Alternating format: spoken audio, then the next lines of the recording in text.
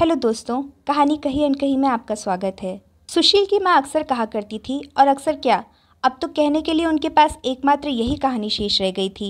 लंबी सांस खींचकर गर्व और वेदना भरे स्वर में वह कहती, भगवान की कृपा से उसने 14 पुत्रों को जन्म दिया था। सुनने वालियों की आंखों में कौतूहल साकार हो उठता। कोई वाचाल पूछ बैठती, 14 पुत्र? पर माँ जी, अब तो केवल 2 हैं। हाँ बेटी, देखने के लिए यही 2 हैं। वैसे मेरे 4 बेटे दिसावर रहते हैं। अच्छा, कमाने के लिए गए हैं? हाँ, कमाते ही होंगे। क्यों, कुछ भेजते नहीं? भेजना? उन्होंने तो जाकर इधर देखा भी नहीं। हाय रे, कैसे बेटे हैं? वह वाचाल नारी कांप उठती। पर माँ जी, तुम्हें उनका पता तो होगा? सुशील की माँ उसी सहज वेदना भरे स्वर में बोली, पता बताया ही नहीं तो कैसे जान सकती हूँ? वे चारों तो ऐसे गए कि जैसे थे ही नहीं। शेष राम को प्यारे हुए। ओह, क्या बताऊं बेटी, ये 2 बचे हैं। कुशल का स्वभाव भी ऐसा ही था। कई बार भागने को हुआ, पर उस पर मैंने बड़ी मिन्नतें मानी, जात बोली, चढ़ावे चढ़ाए, तब कहीं जाकर देवी की कृपा से रुका है। इस पर प्रायः सभी नारियां उसे एक ही सलाह देती, कुशल का विवाह कर दो माँ जी। विवाह का बंधन आदमी को बड़ा प्यारा लगता है। आजकल देर से विवाह करने की जो रीति चल पड़ी है, उस कारण भी सत्ता हाथ से निकल जाती है। सुशील की माँ ने भी यही बात सोच रखी थी। उसके चारों बेटे सगाई कराने से पहले ही भाग गए थे, इसलिए कुशल की सगाई के लिए धूमधाम शुरू हुई, और एक दिन धूप सी गोरी लड़की देखकर उससे तिलक चढ़ा दिया गया। फिर लगन आया और विवाह की तिथि निश्चित हो गई।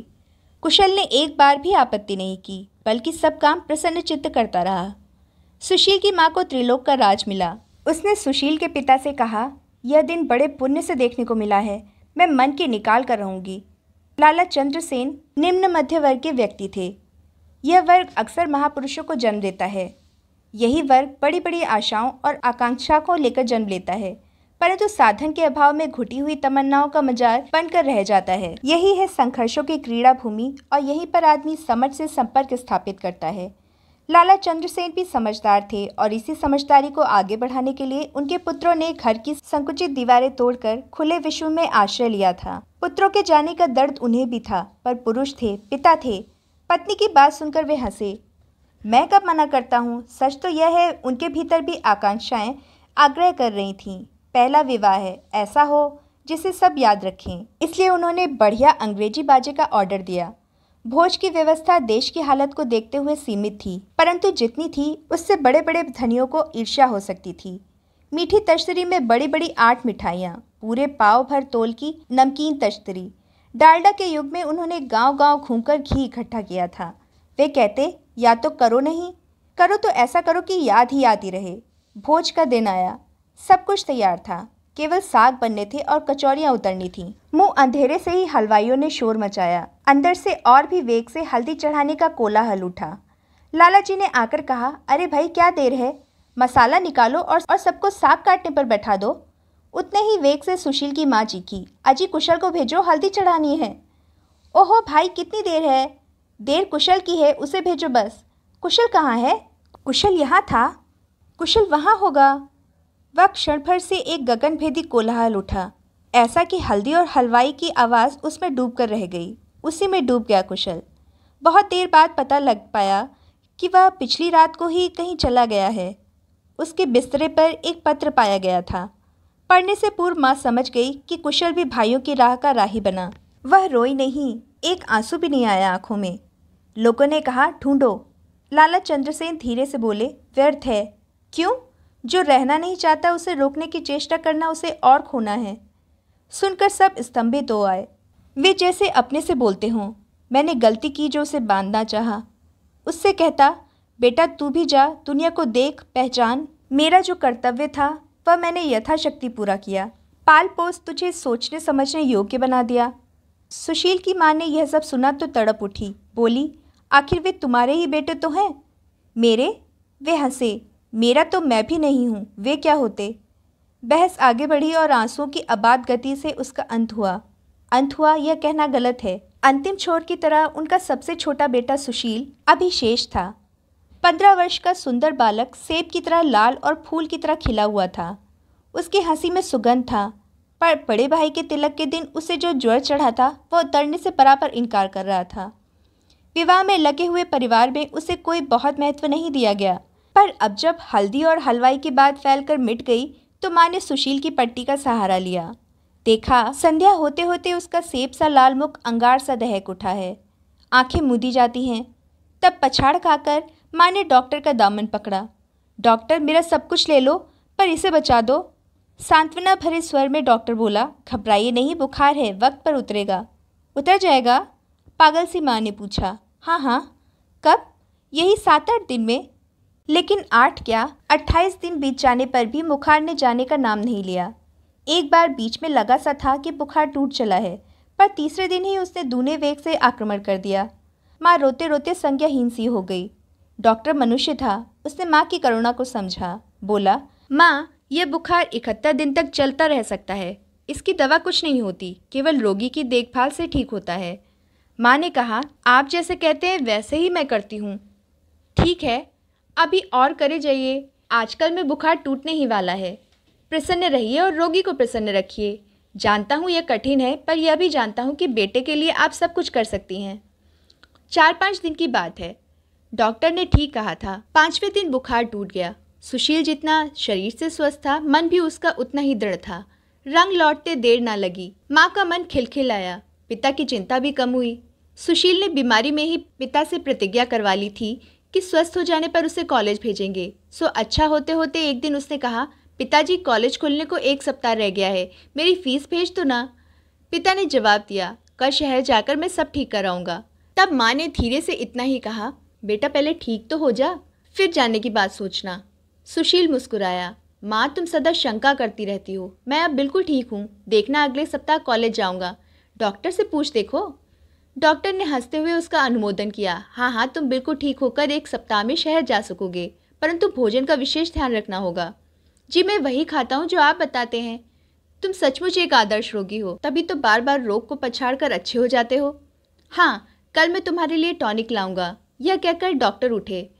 फिर एकाएक बोले, पर सुशील, भगवान के लिए अब बुखार का न्योता न दे बैठना, समझे? शरीर के शत्रु से ऐसी मित्रता ठीक नहीं है। बात हंसाने के लिए कही गई थी, सब हंस पड़े। पर अगले दिन अचानक क्या हुआ कि सवेरा होते ना होते सुशील जाड़े से कांपने लगा। ज्वर का आक्रमण हो चुका था। तापमान देखा तो 105 डिग्री। चिंता तो डॉक्टर ने बहुत देर तक गंभीरता से जांच की। कहा, इस बार टाइफाइड के साथ मलेरिया भी है। शांत गंभीर पिता ने उत्तेजित होकर पूछा, डॉक्टर, आखिर यह क्या है? डॉक्टर ने पिता के कंधे को थपथपाया। चिंता मत करें, सब कुछ ठीक होगा। दुख इतना ही है कि सुशील महाशय अगले सप्ताह कॉलेज ना जा सकेंगे। लगभग संज्ञाहीन होने पर भी कॉलेज के नाम सुनते ही उसने आंखें खोल दी। बोला, मैं कॉलेज अवश्य जाऊंगा। 5-6 दिन की देर हो जाएगी तो क्या है। पिताजी, आप मेरी फीस अवश्य भेज दीजिए। पिता ने कहा, भेज दूंगा, पर तुम्हें अपना ध्यान रखना चाहिए। सुशील ने नहीं सुना। वह बोला, पिताजी, मैं डॉक्टर बनूंगा। अवश्य बनना, आगे उससे बोला न गया। दिन पर दिन वह दुर्बल होता चला गया। सुइयों से उसका शरीर बिंध गया। कड़वी तीखी दवाइयों से उसका मन चिड़चिड़ा हो आया। तो भी 21 दिन के बाद जब उसका ज्वर उतरा तो उसने यही कहा, दिवाली के बाद मैं कॉलेज जाऊंगा। बेशक तुम जा सकोगे, डॉक्टर ने कहा। पिता गर्व से बोले, परीक्षा फल शानदार है। तुम्हारे प्रिंसिपल ने विश्वास दिलाया है कि तुम सब कमी पूरी कर लोगे। डॉक्टर ने विजयी खिलाड़ी के स्वर में कहा, विश्वास में अद्भुत शक्ति होती है सुशील। मैंने बड़े बड़े रोगियों को विश्वास के बल पर अच्छे होते देखा है। यही विश्वास सुशील की ढाल बन गया। वह जिस तेजी से स्वास्थ्य लाभ कर रहा था, उसे देखे बिना विश्वास नहीं हो सकता था। बस हर समय यही रट लगी रहती थी, मैं कॉलेज जाऊंगा, मैं डॉक्टर बनूंगा। माँ कहती, डॉक्टर बनकर तू कहाँ जाएगा? यही रहूँगा माँ, इसी कस्बे में। हाँ माँ, पास में बहुत गाँव हैं, उनकी सेहत की देखभाल करना हमारा फ़र्ज़ है। उनकी सेहत ठीक न रहेगी तो देश की उन्नति कैसे होगी? माँ सहसा काँपकर बोल उठती, देश की चिंता करने से पहले अपने को तो देख। सुशील मुस्कुराता, मैं ही देश हूँ माँ। माँ अचकचाती, चौंकती, आखिर तुम ये बातें कहाँ से सीखते हो? तुमसे? मुझसे? हाँ, तुम माँ हो, तुमने ही तो हमारा निर्माण किया है। तब माँ हर्ष से फूलती, चिंता से दुबलाती, देर तक एकांत में बैठकर सोचती, ये मेरे बेटे हैं, इनमें मेरा रक्त है, पर मुझे तो ये बातें आती ही नहीं। फिर मुझसे ये कैसे सीखते हैं? सीखते हैं तो मुझे छोड़कर क्यों चले जाते हैं? क्या सुशील भी चला जाएगा? क्या सुशील भी?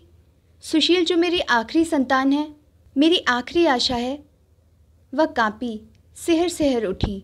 तभी किसी ने जैसे कहीं भीतर से पुकारा, सुशील में एक अंतर है, वह सोचता नहीं बोलता है।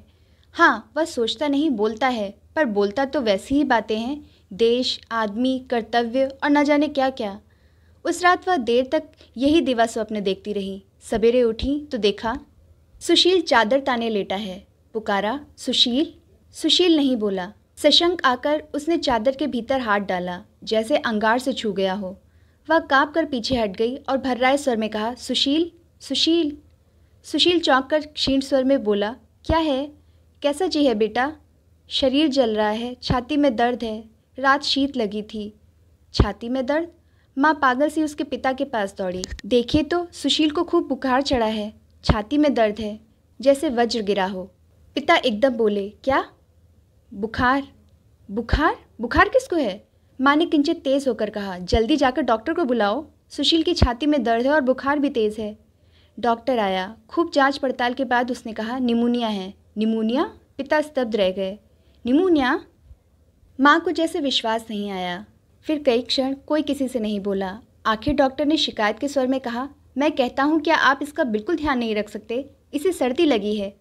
रुद्धे स्वर में माँ ने उत्तर दिया, डॉक्टर, रात को बार बार उठकर मैं उसे कपड़ा ओढ़ाती हूँ। दवा कौन देता है?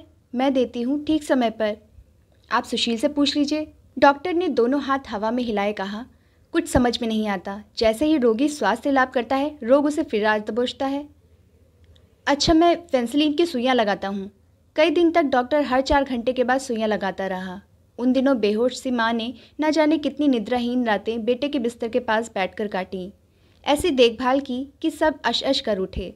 पड़ोसी ने कहा, माँ ऐसा न करेगी तो और कौन करेगा? और फिर वह माँ जिसके बेटे एक के बाद एक उसे छोड़कर चले गए हों। हाँ जी, वह जान भी दे दे तो थोड़ी है उसके लिए, जान ही तो वह दे रही है। बेचारी ने पिछले जन्म में न जाने क्या पाप किए थे। पाप क्या जी, आजकल की तो औलाद ही निराली है। कहते हैं बेटा माँ बाप का नहीं होता, देश का होता है। हाँ जी, यही बात है। भला कोई पूछे उनसे, तुम्हें पाल पोस कर किसने बड़ा किया है, देश ने या माँ ने? तुम्हारे गुमूत किसने उठाए हैं, देश ने या माँ ने? उनमें कुछ युवतियाँ भी थीं। एक युवती शहर में रहकर पड़ी थी। वह बोली, और तो मैं कुछ नहीं जानती, पर आदमी होता देश के लिए ही है। जैसे यह युद्ध को चुनौती थी। फिर तो घंटों क्या दिनों यही चर्चा कर घर और गली गली का विषय बनी रही, यहाँ तक कि सुशील फिर अच्छा होने लगा। पर देश और आदमी के रिश्ते का कोई निर्णय नहीं हो सका। आखिर डॉक्टर ने एक दिन सुशील के पिता को बुलाकर कहा, इस बार सुशील की देखभाल विशेष रूप से करनी होगी। यदि अब रोग ने आक्रमण कर दिया तो। डॉक्टर ने जानबूझकर वाक्य पूरा नहीं किया। लाला चंद्रसेन बोले, जानता हूँ डॉक्टर, जानता हूँ। यही समय है जब रोग आक्रमण करता है। जी, हमने पूरी तैयारी कर ली है। बारी बारी से रात को जागने का प्रोग्राम है। उसकी एक ममेरी बहन को भी बुला भेजा है। क्षण भर डॉक्टर शून्य में दृष्टिपात करके कहा, 2-4 दिन मैं भी रहना चाहूँगा। आप? हाँ, मैं। करुण स्वर में लाला चंद्रसेन बोले, डॉक्टर, आपने क्या नहीं किया। आपकी कृपा से ही सुशील बार बार मौत के मुंह में जाकर लौटा है। आप अब। डॉक्टर ने टोक दिया, मैं रोगी का अध्ययन करना चाहता हूँ। जी, और वह भी कुछ दूर से।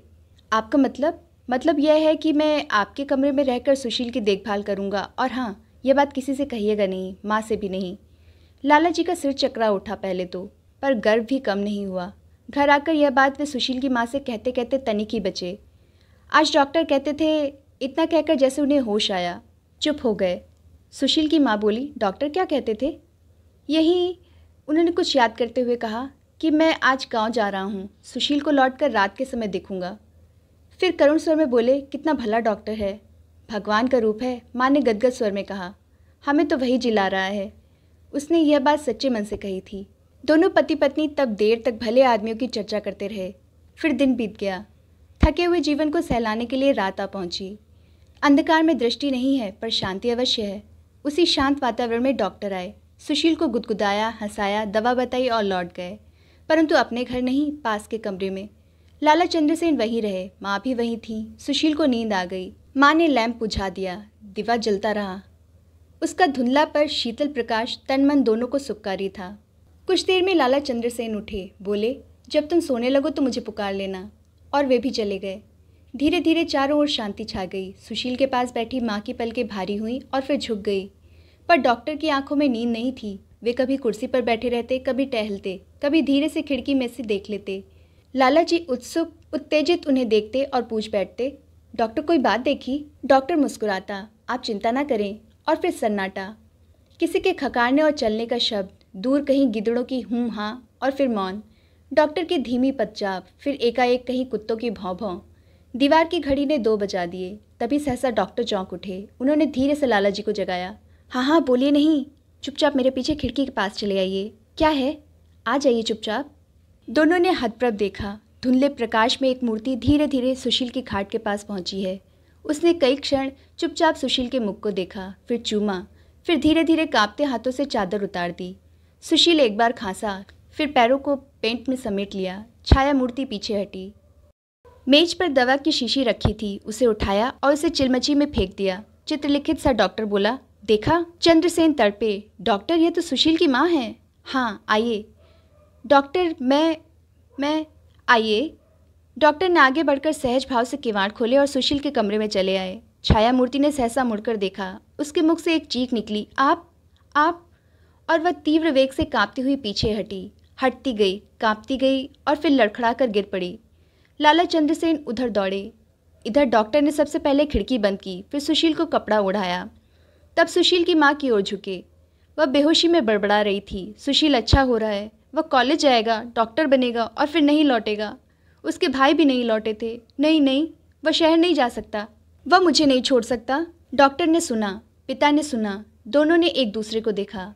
पिता सिर से पैर तक सिहर उठे। मुंह से इतना ही निकला, डॉक्टर। डॉक्टर ने गंभीर स्वर में कहा, मुझे यही डर था। माँ का स्नेह पुत्र का काल बना हुआ है। डॉक्टर।